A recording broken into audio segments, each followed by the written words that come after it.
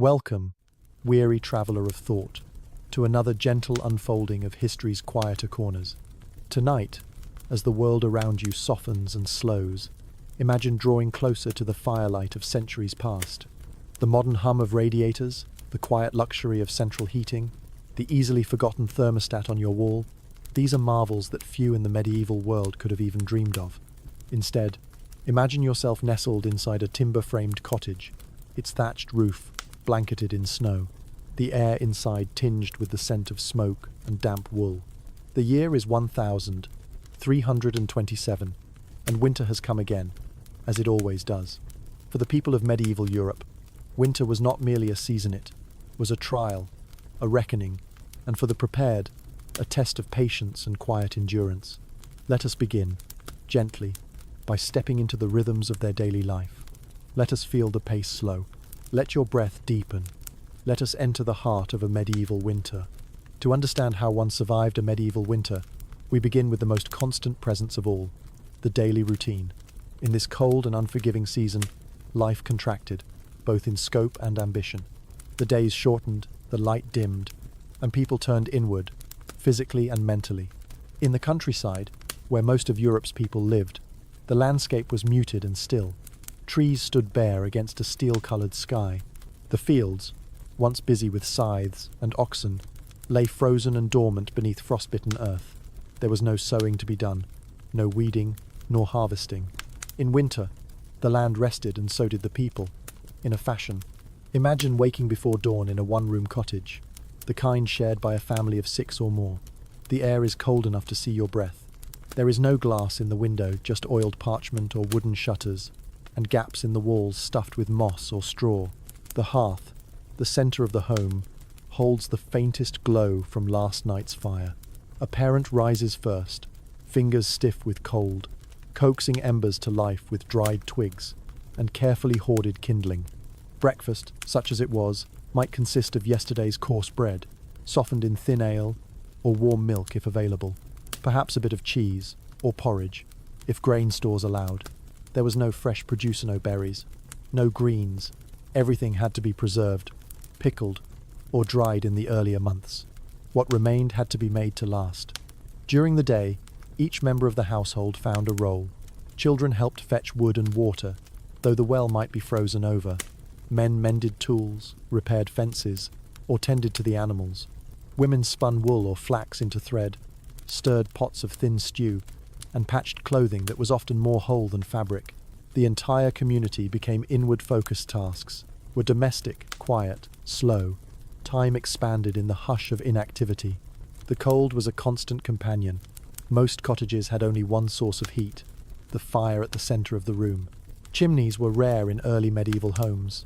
Smoke gathered in the upper air and filtered out through a hole in the roof or simply seeped through the thatch. As a result, the upper walls darkened with soot, and the air was thick and acrid. People sat low, close to the hearth, wrapped in layers of linen, wool, and sheepskin. But not all felt warmth. Often, warmth was rationed wood, had to be gathered or purchased, and peat, when available, was hoarded.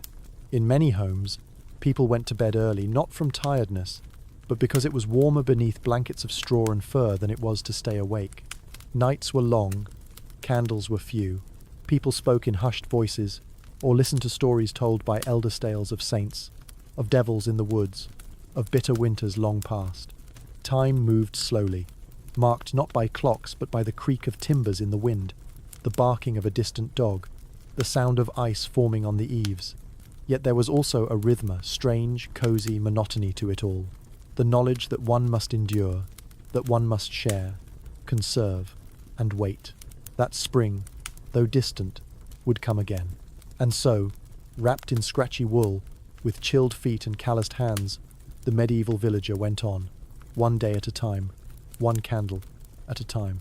Let us now turn from the quiet routines of the cottage to the lives of those who left a mark on history, not rulers or generals, but individuals who survived these winters in ways still remembered. Among the snow-dusted chronicles of medieval Europe are those lives not defined by fame or conquest, but by endurance figures who met the winter not with fanfare, but with quiet, stubborn persistence.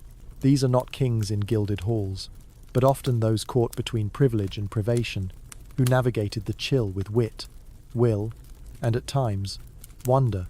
One such figure was Marjorie Kempe, a remarkable woman whose voice echoes to us through her own dictated memoirs, the first known autobiography in English. Though her travels and spiritual visions are more commonly discussed, the winter months she spent at home in King's Lynn, a modest market town in Norfolk, offer a quieter insight into medieval domestic life. In those months, Marjorie turned inward. The bitter cold curtailed her long pilgrimages and public prayers.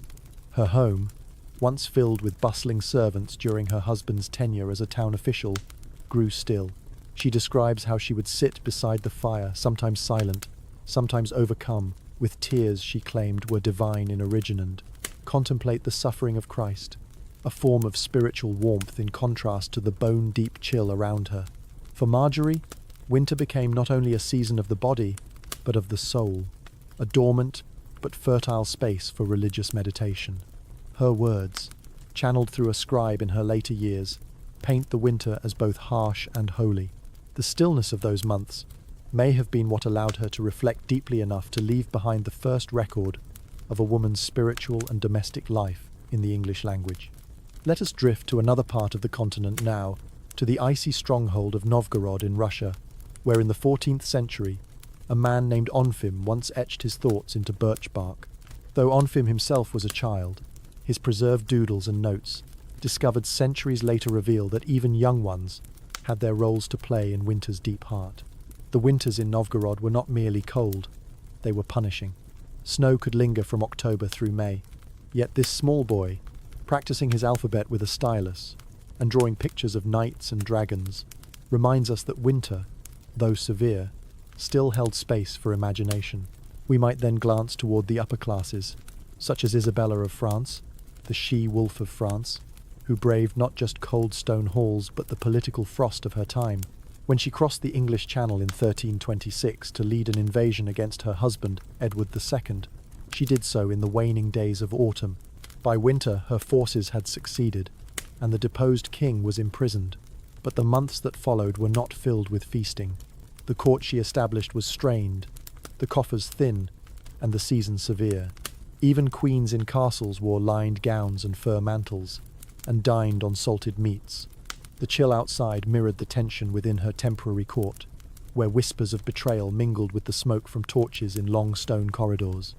And finally, consider Brother John Glynn, a Franciscan friar who left behind a chronicle of the Black Death in Ireland during the brutal winter of 1349. While his account mostly details plague and penance, he wrote in the margins about bitter frost and failing supplies, the snow piling against the cloister walls, and the quiet despair of those who could not leave. His final entry ends abruptly, as though the cold, or the plague, took him before he could finish. Yet his words linger, etched like frost on the window of time.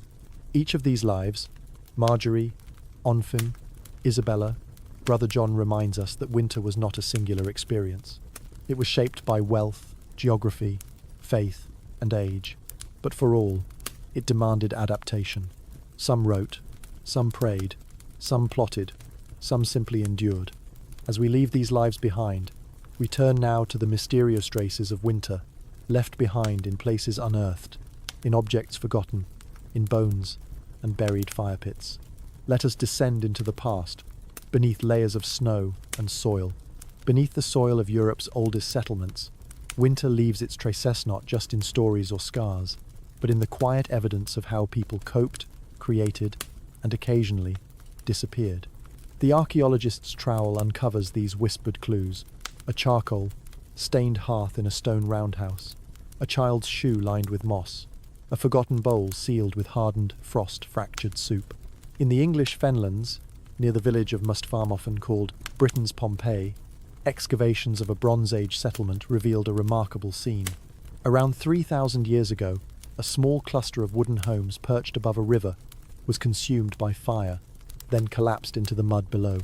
Perfectly preserved in the anaerobic depths, this watery graveyard offered a frozen moment in time. Among the finds, clay pots with the ghostly remains of porridge still clinging to their sides. A slice of bread, charred and forgotten, a winter's breakfast interrupted.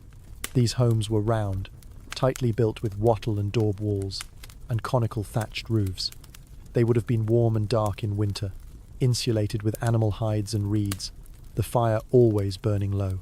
The discovery of fur-lined garments and woven cloaks suggests people planned well for the chill, bundling themselves in layers of wool and sinew-bound leather. These were not crude survivors. They were planners, designers of comfort, however modest. In Ötztal, on the icy border between modern-day Austria and Italy, a far older mystery was frozen in place. The body of a man who died over 5,000 years ago, later named Ötzi the Iceman. Found by hikers in 1991, his body had been perfectly preserved in glacial ice. The contents of his stomach told us he ate a meal of meat and einkorn wheat before he died. His clothing was layered grass-lined boots, goat-hide leggings, and a bearskin cap, testament to a deep understanding of mountain winters. While his death may have been violent, his life was one of keen winter survival. The copper axe he carried, the birch bark containers filled with embers to carry fire, the moss used perhaps as an antiseptic or insulation, each item speaks of knowledge passed down through generations. Ötzi was not lost in winter. He was navigating it. Across the icy reaches of Greenland, Norse settlements once clung to the edge of the known world. In the 10th and 11th centuries, Norsemen built sod-walled halls and small churches, tending sheep and cattle through the snow-laden seasons. But something shifted in the centuries that followed.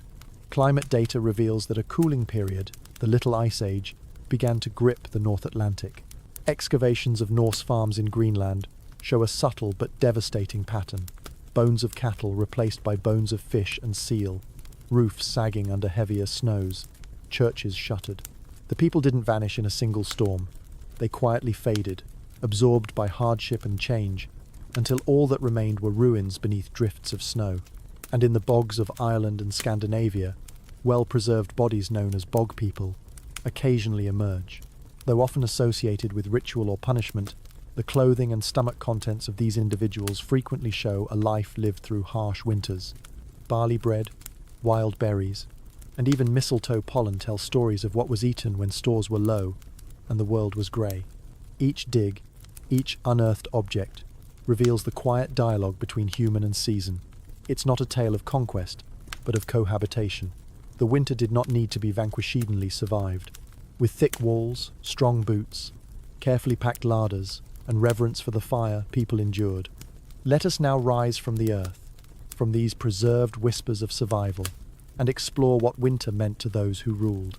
What did the season look like from stone castles and cathedral cities?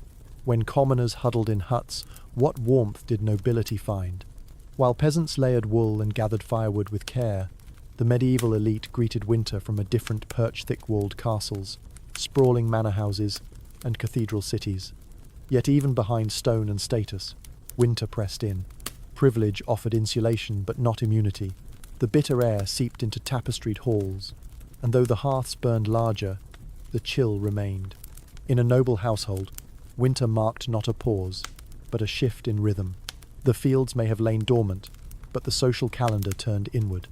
The great hall became the heart of activity, a cavernous chamber of thick stone and timber, with a fire roaring in a central hearth or vast wall-mounted fireplace. The scent of burning oak mingled with beeswax candles and roasting meat. High ceilings captured smoke, banners and tapestries softened the walls, and rushes sometimes strewn with dried herbs like lavender or sweet woodruff covered the floor, insulating feet from the cold stone beneath. Meals were lavish compared to those of the peasantry, but even noble larders felt the constraints of winter. The bounty of summer was gone. Preserved food reigned.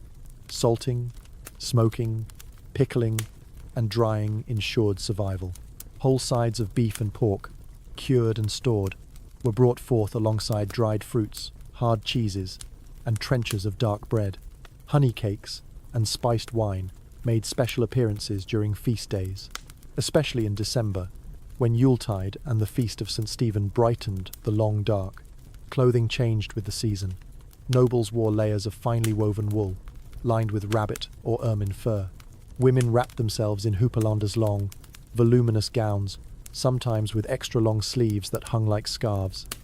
Men donned tunics beneath sleeved surcoats, with cloaks clasped at the neck. The wealthiest had furs from lynx, fox or sable imported at great expense. while their servants patched together what they could from lesser skins or second-hand cloth. In castles, warmth was uneven. The great hall might be comfortable, at least near the fire, but the rest of the structure was another matter. Stone held cold well. Corridors were drafty, chambers poorly insulated, and windows, even when glazed, often let in the chill. To combat this, people relied on movable braziers of hot coals, thick bed curtains, and warming pansmetal dishes filled with embers, passed between the sheets before bed. Sleeping arrangements were communal, even among the upper class. While lords and ladies might have private chambers, these were rarely solitary. Attendants, companions, or even favoured animals shared the room, adding body heat to the cold air. Beds were elevated, stuffed with straw, and layered with woolen blankets, feather mattresses, and, if fortune allowed, fur coverlets. It was said that a nobleman's bed is his best room in winter, and yet, even among nobles, winter brought its own spectres. Illnesses increased as damp and cold settled into the bones. Fires sparked accidents. Frozen rivers delayed messages and travel. The rhythm of war paused, but political intrigue often quickened. Winter was a season of planning, of negotiation, of whispered alliances by candlelight. Religion, too, shaped noble winters. Advent fasts, Christmas Mass, Epiphany feasts all punctuated the season. Nobles sponsored pageants or gifted alms to the poor, sometimes more from duty than charity. The season's rituals offered both distraction and meaning, drawing noble households into a sense of order amid winter's uncertainty. And so, even behind castle walls, winter was a presence to be reckoned with, not merely endured, but structured around, cushioned, certainly but not conquered. Let us leave the grandeur and controlled chill of these great halls, and wander outward into the traditions that flickered at winter's heart. What songs did people sing? What tales circled the hearth? What celebrations pierced the dark? In the heart of the medieval winter, as the days grew short and the shadows long, people turned to tradition, song, and sacred observance to carry them through. Across Europe, winter was not only a time of survival, but of ritual and festivity, a calendar rich with meaning, designed to offer warmth not just to the body, but to the soul. The great anchor of the season was Christmas, or Christi's Mass, which gradually evolved during the Middle Ages from a solemn mass into a season of celebration. Beginning with Advent, a time of fasting and reflection that started 4 Sundays before the 25th of December, the people of medieval Christendom prepared both spiritually and practically. For the poor, this meant storing away precious treatshunny, nuts, or a little ale for the feast to come. For the wealthy, it meant elaborate preparations, boars roasted whole, pies baked in decorative crusts, musicians and jesters summoned for entertainment. The 12 days of Christmas, from the 25th of December to the 6th of January, were among the most joyous of the year. During this time, the usual social order was briefly upended in a celebration known as the Feast of Fools or Lord of Misrule. A peasant might be crowned mock king, clergy might perform humorous parodies of sacred rites, and for a fleeting moment, the rigidity of feudal hierarchy softened into laughter. It was not rebellion, it was release, a pressure valve to keep the cold months from growing too heavy. Fires were central to these festivals. In some regions, the Yule log, a massive piece of timber, was burned slowly throughout the 12 days, its embers believed to bring protection from misfortune. The tradition likely predated Christianity, a holdover from pagan solstice rites celebrating the return of the sun. Indeed, many winter customs were subtle blends of old and new pagan and Christian, superstition and sacrament. Villagers sang carols, a word which once meant a dance. These songs were not limited to religious themes. Some told of heroic hunts, of local legends, or even of humorous complaints about the cold. Groups of singers might travel door to door, offering blessings in exchange for food or coin, a practice that would evolve into modern-day caroling. For the listener, nestled by a hearth with steaming broth in hand, these songs were a comforting thread that stitched the community together. Another celebration, Epiphany, marked the arrival of the Magi and the end of the Christmas season. In some areas, this was the true climax of the festivities, with elaborate feasts and pageants. Special pastries were baked, and in France and England, a bean or coin was hidden in the dough. Whoever found it was declared king or queen of the day, a vestige of Saturnalian reversal lingering from ancient Rome. But not all beliefs were festive. Winter was also a time when the boundaries between the worlds were believed to grow thin. In the darkness, old fears stirred. Tales of the wild hunter spectral procession of ghostly riders, said to sweep across the sky during stormy nights, were whispered by firelight. It was believed that to witness the hunt could bring death or misfortune, and so people shuttered windows tightly, offered prayers, and lit candles against the night. In Nordic lands, the Jule festival honoured ancestral spirits and gods of the earth and sky. Offerings of food and drink were left out for unseen visitors. Fires were lit to beckon the sun's return. Even after Christianization, these customs lingered, repurposed under new names and saints, but still carrying the old intent, to survive the darkness, to invite the light. Winter, in this sense, was not merely endured, it was consecrated. Through shared meals, songs, rituals, and stories, people gave shape to the shapelessness of long nights. In the face of frost and famine they wove meaning, and in meaning they found strength. Let us now turn inward once again, this time to the body. How did the medieval person physically adapt to the cold? What warmed their limbs and protected their skin? What ailments did winter bring, and how were they met? Winter pressed not only on the land and spirit, but on the body itself. In the medieval world, illness was not simply a misfortune, it was often a mystery. The chill crept into joints and lungs. It inflamed old wounds and dimmed eyesight. It tightened the skin and slowed the breath. And for many, the long months between the first frost and the first thaw were a time of silent vulnerability. One of the most feared conditions during the season was simply referred to as winter fevers, a vague term encompassing ailments we might today recognize as bronchitis, pneumonia, or influenza. Cold air, damp stone, and smoke-filled rooms created the ideal environment for respiratory troubles. In crowded households, illness spread easily. A cough, left untreated, might settle into the chest and linger for months or take a life. In the absence of germ theory, medieval medicine was shaped by the humoral system, inherited from ancient Greek texts. Health was thought to depend on the balance of four bodily humours: blood, phlegm, black bile, and yellow bile. Winter, being cold and wet, was believed to provoke an excess of phlegm. Treatments thus sought to counteract these qualities. Warming foods, dry herbs, and bloodletting were prescribed, sometimes in contradiction with each other, sometimes with calming intent. Common remedies included infusions of sage, thyme, or hyssop herbs, thought to stimulate warmth and purge dampness from the lungs. Garlic was praised not only for flavour but as a kind of protective talisman against miasma. Honey and vinegar mixed with hot water soothed the throat, while mustard poultices were applied to the chest.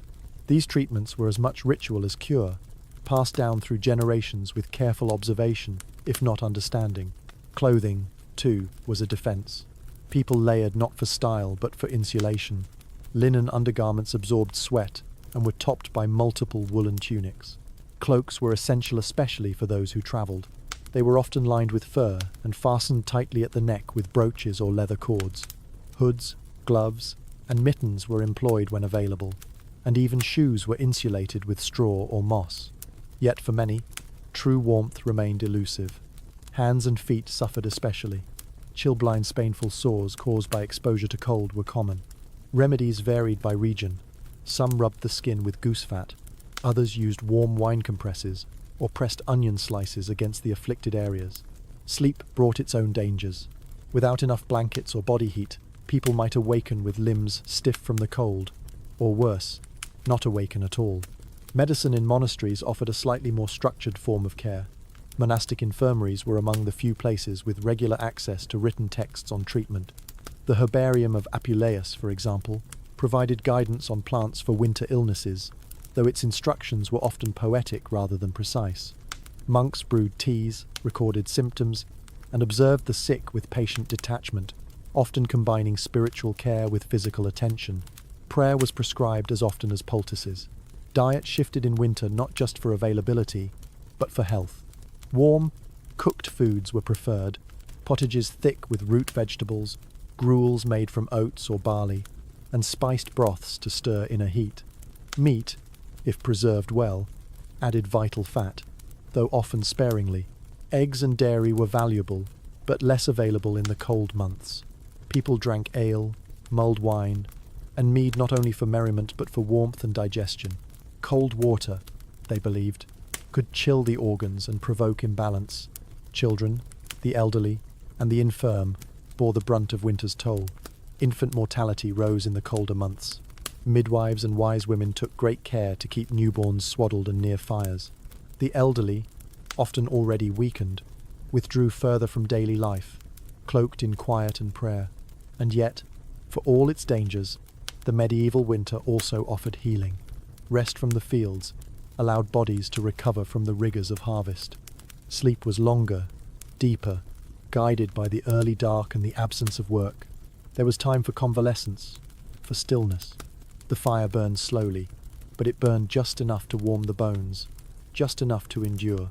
Let us now step beyond the firelight and into the silence of the outdoors. What was the world like in winter's grip? What did it feel like to walk the roads, tend the animals, or ride through snowbound forests? Beyond the cottage walls and castle gates, the medieval world in winter unfolded in stark, breathtaking silence. The natural world, once alive with sound and colour, became subdued an expanse of white, grey, and brittle brown. For those who ventured beyond shelter, the season was not just a visual shift, but a sensory transformation. Every sound softened by snow, every step slowed by frost. The landscape, though still familiar, became estranged. Roads turned to ice-rutted pathways. Forest trails, once shaded by dense green, stood exposed in skeletal starkness. The trees, bare and unmoving, resembled frozen sentinels. Snow gathered in their crooks, draped over fallen logs, and lay heavy across thatched rooftops.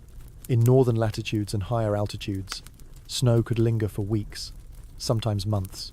For peasants, life outside continued out of necessity, not leisure. Animals had to be fed and watered, even in the coldest weather. In many villages, livestock were brought indoors into sheds, and sometimes even into the family home itself, where the warmth of their bodies contributed to heating the space. Cows and goats shared the dark with humans, separated by low partitions. Their breath added to the moist heaviness of the air. Their dung, later dried and burned, provided fuel. Those who had to journey, whether for trade, pilgrimage, or royal duty, prepared with care. Woolen cloaks and hoods were essential, as were boots lined with straw. Feet were especially vulnerable to freezing. Travellers wrapped them in layers and avoided lingering in snow. At times, they would carry a fire pot, a small sealed vessel of embers used to warm the hands during stops. In cities, winter changed the sounds and smells. The usual clatter of carts and chatter of vendors was muffled. Open markets thinned, replaced by small gatherings around braziers or beneath makeshift awnings. The air, cold and sharp, carried scents differently: wood smoke, cured meat, dried herbs. Animal droppings and waste, common in city streets, froze solid, making footing treacherous, but curiously less pungent. Rivers, once highways for transport, now froze sometimes solid enough to walk across, or even to host events. In London, by the late Middle Ages, occasional frost fairs were held on the frozen Thames, with tents, jugglers, and makeshift taverns set up on the ice. These were rare but memorable, strange little carnivals framed by fog and frost. Hunting persisted in the cold, but changed in form. In snow, fresh tracks could be followed more easily. Nobles organised boar hunts or stag chases, often as much for pageantry as sustenance. Trained dogs, horses with special winter shoes, and hunting horns, echoing across icy valleys, painted a scene of choreographed survival. Winter also invited silence, not just as absence, but as presence.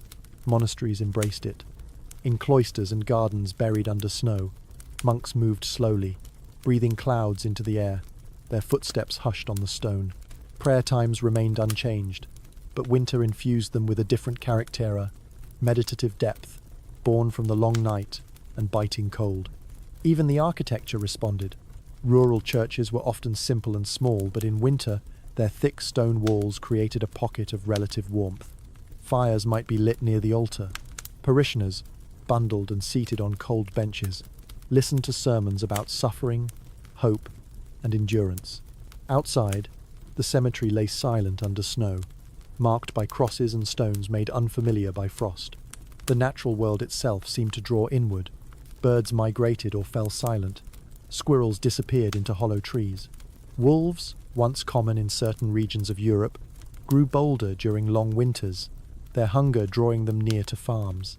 Their howls distant, mournful cut across the night, and reminded listeners of the wild just beyond their fields. And yet, beauty persisted. Icicles caught the morning light like glass. Frost painted windows with crystalline lace.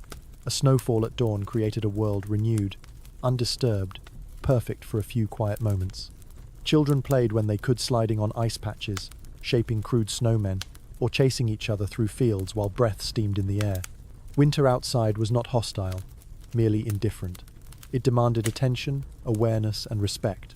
Those who listened to the creaking branches, the sighing wind, the subtle cracking of a frozen stream learned to move carefully and wisely through its domain.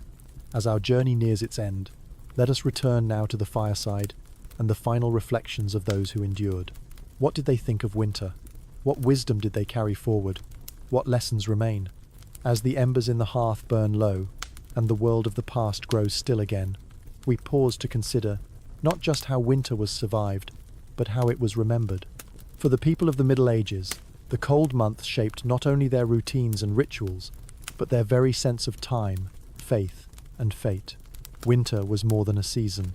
It was a symbol, a reminder of mortality, humility, and the quiet strength of endurance. Medieval writers, chroniclers, and poets often described winter with reverence and restraint. The 14th century English poet William Langland, in Piers Plowman, evokes winter as a time of hardship, yes, but also of necessary reflection, a tempering season in both nature and spirit. In Icelandic sagas, winter is a backdrop for drama and fate, where survival depends on cunning and community, and where firelight becomes as sacred as sword. In the Book of Hours, those exquisite devotional texts crafted for private worship, winter is illustrated with scenes of peasants warming themselves by the fire or slaughtering pigs for the lean months ahead. These were not mere decorations, they were spiritual metaphors. Just as the soul must pass through tribulation to reach salvation, so must the body pass through winter to see spring. The physical cold mirrored a spiritual testing. Among the folk, stories passed from mouth to ear carried this same message. Winter tales were rarely about conquest. They were about cleverness, caution, and care. Of travellers lost in snow who were guided home by candlelight in the window. Of women who saved a village by preserving seeds through a long freeze. Of saints who multiplied loaves and warmed the hearts of the faithful with miracles in the frost. Some of the most enduring wisdom came in simple proverbs. Winter will ask what autumn gave. A green Yule makes a fat churchyard. Better to bend than to break in snow. Such sayings reflected deep knowledge a note, just of weather, but of planning, patience, and humility. Those who expected ease in winter often suffered. Those who prepared with care, who knew when to work and when to wait, were the ones who made it through. This attitude found expression in the architecture of thought, too. The Wheel of the Year, a conceptual model of time used by both pagan and Christian thinkers, placed winter as the season of stillness and death, but not an end. Rather, it was the bottom of the wheel, the necessary descent before the rise. In monasteries and villages alike, this understanding infused life with rhythm. After darkness, light. After fasting, feasting. After winter, spring. And even in hardship, there was comfort. The crackling of firewood, the quiet companionship of shared tasks, the rhythm of prayers and bells, the satisfaction of a well-stocked larder and a tightly sealed roof. Winter reminded people of their fragility and of their strength. For all its harshness, winter offered a gift that no other season could: the time and space to reflect, to mend, to plan, to remember, to sit in the hush of falling snow and know that survival itself was a form of quiet triumph. Now, as we ease away from this final segment, the echoes of those long-ago winters linger softly. We remember not only the cold, but the warmth kindled against it, the resilience, the routines, the hush between storms. Let us now return to the present and allow that world to fade behind us. And so, dear listener, we leave behind the frost-laced fields and flickering hearths of the medieval world. The snow has settled once more on that distant past, quieting the footsteps, extinguishing the torches, dimming the sounds of wood being chopped, soup stirred, and stories told. You have walked through cold stone keeps and smoky cottages, followed tracks across frozen landscapes, and sat beside monks as they whispered prayers into the night. You've heard the faint echo of a child's song drifting from a firelit hall, the creak of snow-laden roofs, the hush of candlelight rituals, and the steady tick of time measured not by clocks but by seasons. The people of the Middle Ages, though distant in years, were not so unlike us in winter. They longed for comfort. They bundled together for warmth. They told stories to pass the dark and looked toward the horizon, hoping for signs of spring. Their winters were longer, harsher, and quieter, but always survived with care, craft, and quiet hope. Tonight, as you settle deeper beneath your own blankets, feel the softness of your bedding, the gentle warmth of the room around you. The wind outside is just wind, not a force that will steal your heat or test your survival. The hum of a heater is your hearth now. The silence you hear is peace, not peril. Let the memory of that older world drift gently into the background. Let your breath slow. Let your limbs grow still. Somewhere, in the distance of the mind, a candle burns low in a quiet cottage. The fire has faded to embers, and sleep, like winter itself, arrives softly, blanketing everything in quiet. Good night.